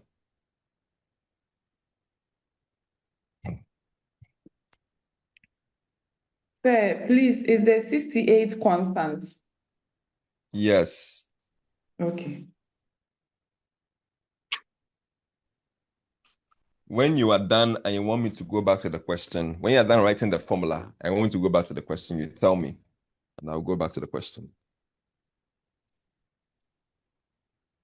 So this one, are we using the 68 or using the... That one is up to you. Okay. Sir. Sir, please, I had Sir, 8.75. please let us calculate some way. Let us calculate some. Hey, munya butene nkofo ani Etienne, subire Go o. back to the question, please. I don't go can't say please. conversion We are struggling. conversion. We are struggling to calculate and say, please, we.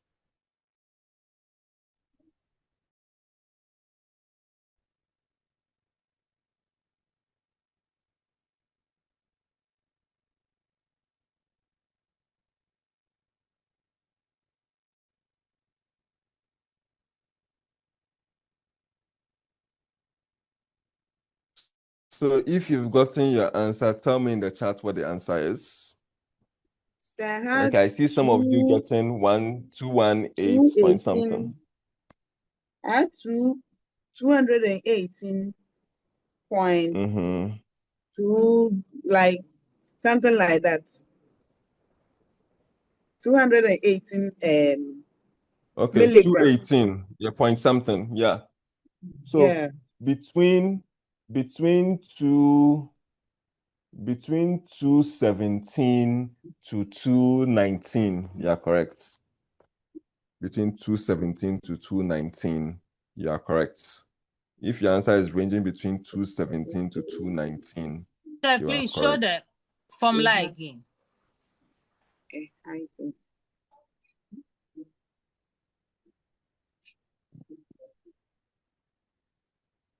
Okay.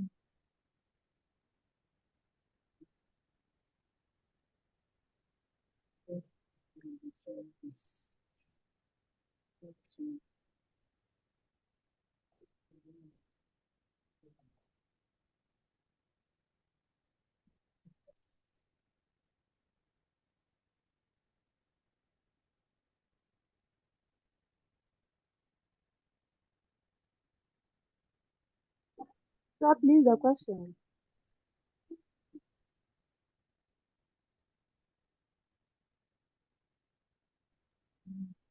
So I hope everybody is done with the question 3. No, please. What is left, madam? See, I'm becoming confused on the question 3. Why? I multiplied the 35 divided by, I did the 35 divided by the 150 times the adult dose, which was the 425. Why did you use 150? Sir, the 150 was in the formula. Sir, I think she The used 150 is the 150 was in the pound. formula. That 150, is it in pounds? Is it in pounds or in kilogram? We have the pounds and we have the kilogram formula. The 150, is it in the pounds formula or is it in the kilograms formula? In pounds. Formula. Pounds. But you've been given the weight in kilogram. Why are you using the pounds formula? Sir, please, can you go back to the formulas, please? Sir, please. I used the pounds, but I still had the same thing. I still had the So that means you converted your 35 to pounds. into pounds. Yes, please. Before you now did the calculation. But Yes, if you don't want to do that long distance, just use the kilogram formula and go your way.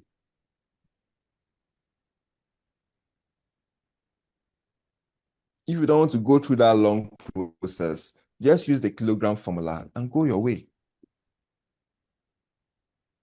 Thank you, sir. So I hope we are now done writing the formula. Sir, please, no. Hey, today my mouth will finish. By you two, you will also be hot. The way my mouth will finish, you two, you also be hot. So we are even hot already. Yeah, I mean, my mouth is even paining me already. So nobody is happy. Don't worry. Hey.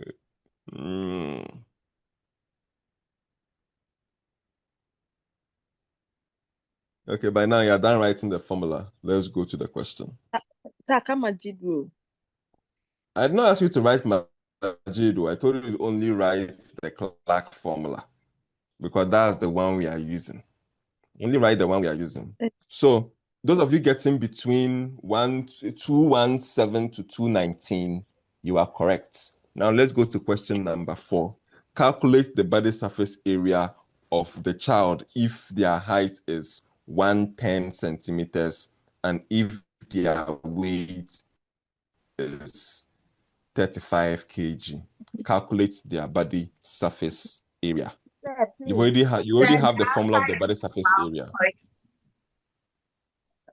For which one? Question 4, the answer is 1.03. 1.03. This is the phobia man.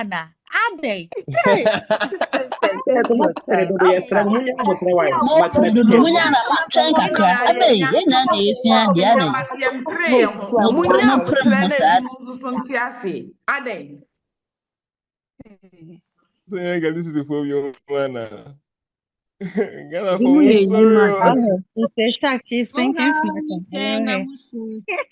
Please kindly write your answer in the chat.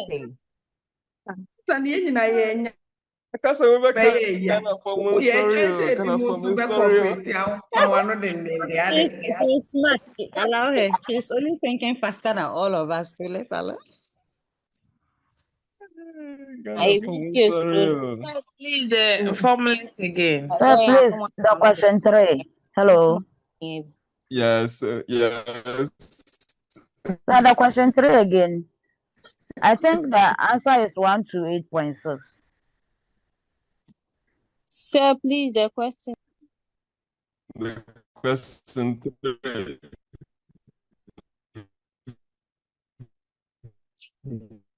Please let them show us how they got their answer. I'm a bit confused. Yes, I said it's 7 to 2, 1. Forget about where they are getting their answer. What answer are you getting for which question? So the number 3. Number 3. What did you do? Okay, I divided the 65 kg by the 68 kg and then multiplied. Wait. Question 3. Question 3. Wait, madams. Wait. The person that said they divided 65 kg by what? 68 kg. Why are you dividing by 65? Meanwhile, the child's weight is 35. Oh, okay. Thank you, sir. I didn't see the 35. Yeah. I use it. Please pay attention to details. Pay Sir, please go attention back to the to formula. details. The formulas again. This is the formula for the body surface area. Calculate for the child's body surface area. The child's weight is 35. The child's height is 110.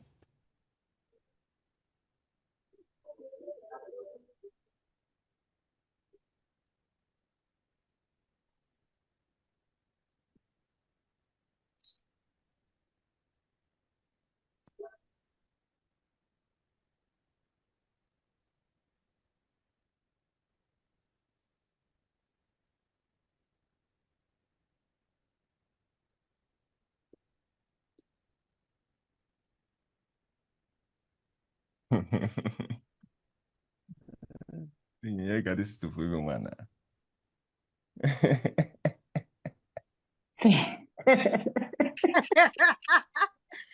Actually.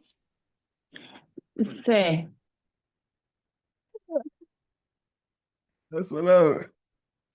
Yeah, so the distance is correct. I also had 1.03. Yes. 03 was 03 meters. Meters Please, squared. I So had why do you keep on laughing at 1.04. us?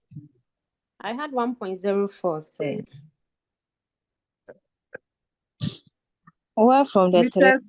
3.27? If you're having 0.7 or 0.69, and if you're having 1.069 or 1.07, it means you've not done the square root. So please So put I the had square root there. 3.27. What? You had what? 3.27. For the question 4, Yeah. you are wrong. Please, I had 1.04. 1.04, yes. 1.04. Meters squared. During Meters exam, square, we yeah. need to provide us with all the reasons. Question 4. I had 0.18.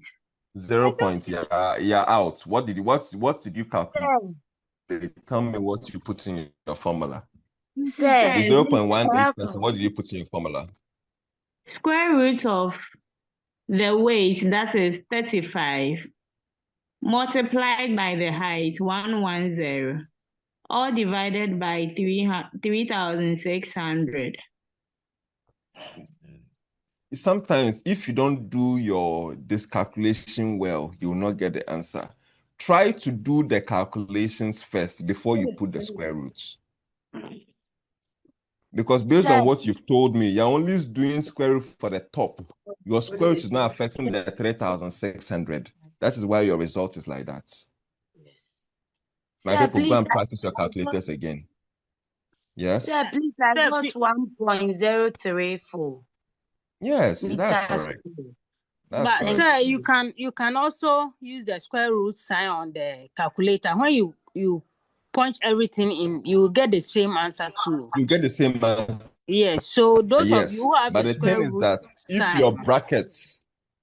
your brackets are not doing their work well, you will not affect all the things in the formula. So make sure your bracket is there well.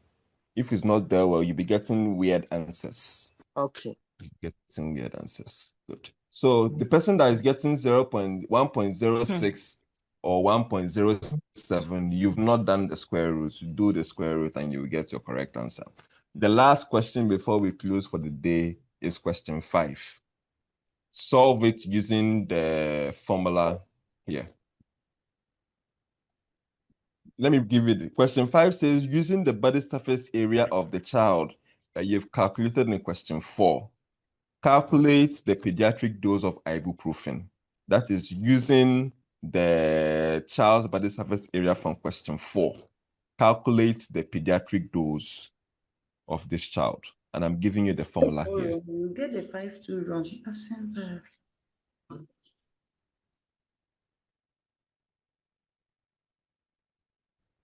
You've already calculated for the child's body surface area. Now calculate for the pediatric dose, the child's dose.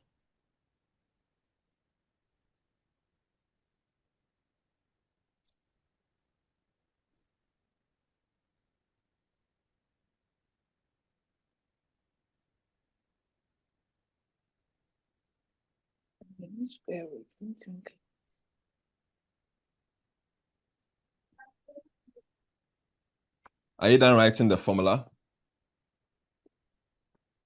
No, Yes. please.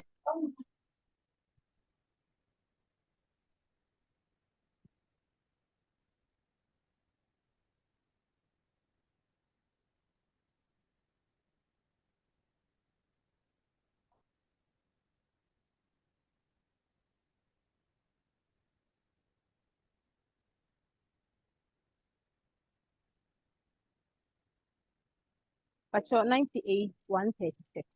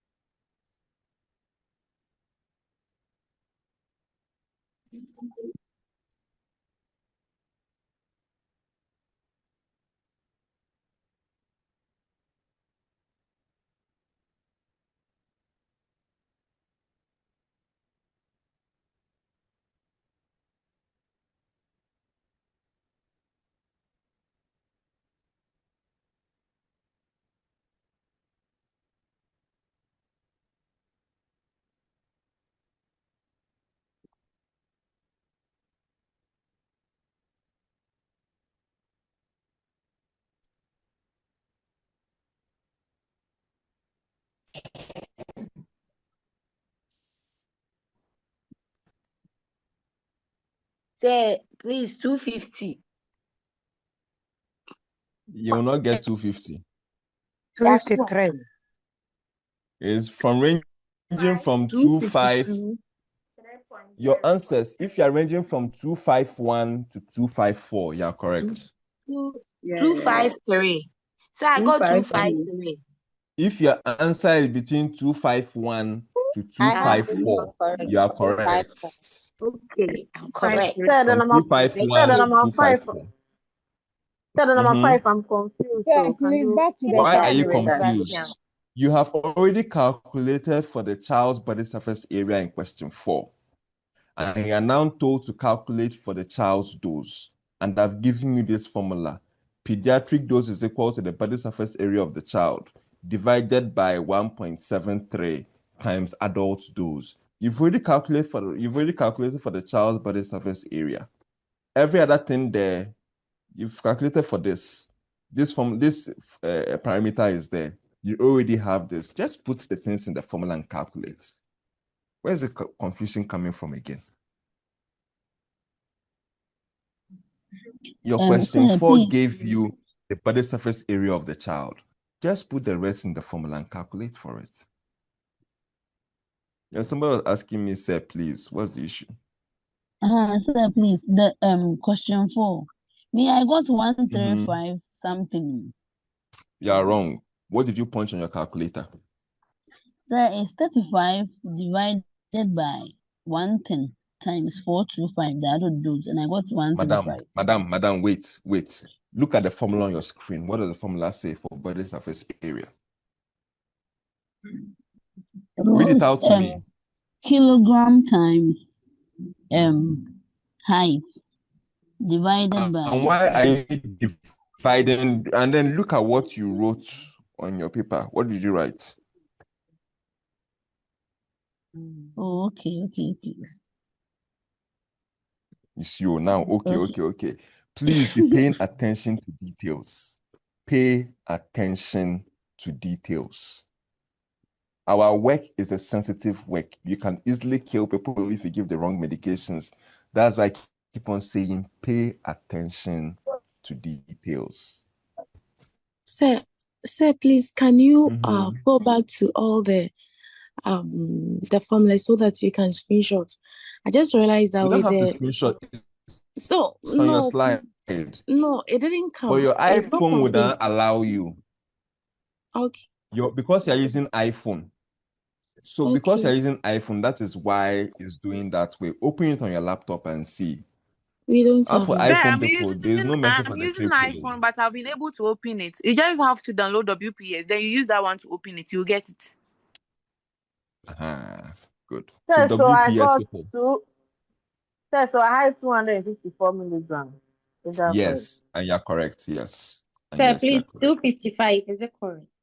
Why? How are you getting 255? Is way of is by a bit, but then 255. I'll deduct half mark though. It means that you haven't been working in at least 2 decimal places. It means most of your things you've been approximating to the nearest 1 decimal place or even whole number. I'll deduct some small mark from you, but you'll still get something from me. I keep on saying, keep on working. Work with at least 2 decimal places. Are you not going to add what? Sir, please, are you not going to add the unit? Because the way we are giving the answers, what is the unit? Like we are giving the raw answers, but we are not adding the units like milligram. You're giving me the raw answers. People that are typing in the chat are giving me the units. Okay. People typing in chat are giving me the units. Yeah. Oh, okay, I remember. So if you choose not to give me units, you'll get everything wrong.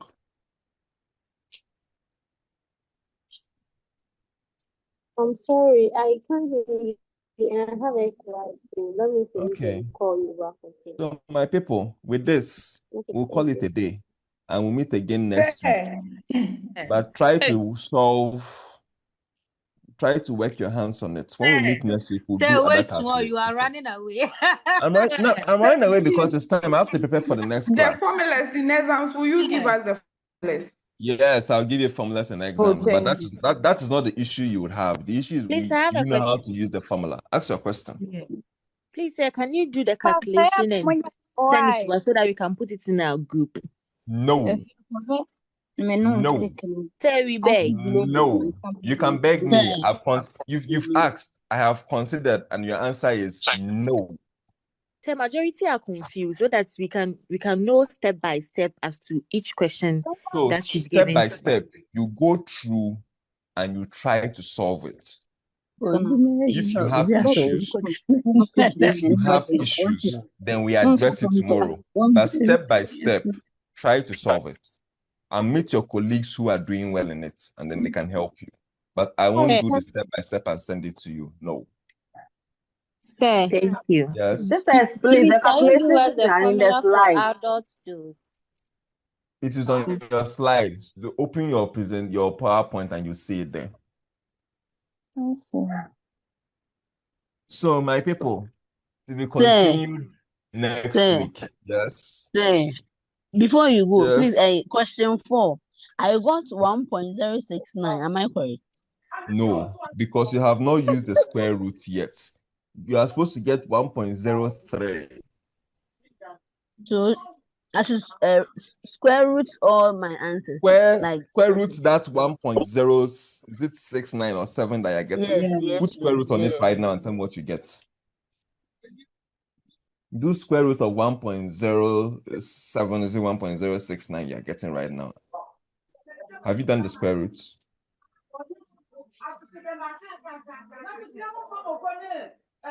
Yes, please. What answer did you get?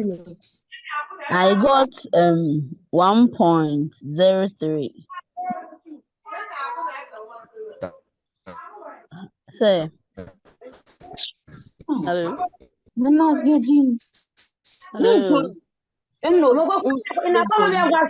That is it. Say. Yes. I got 1.03. Yeah, so that's it. You're correct. Meter square. 1.03 meters square. Yeah, so put your units.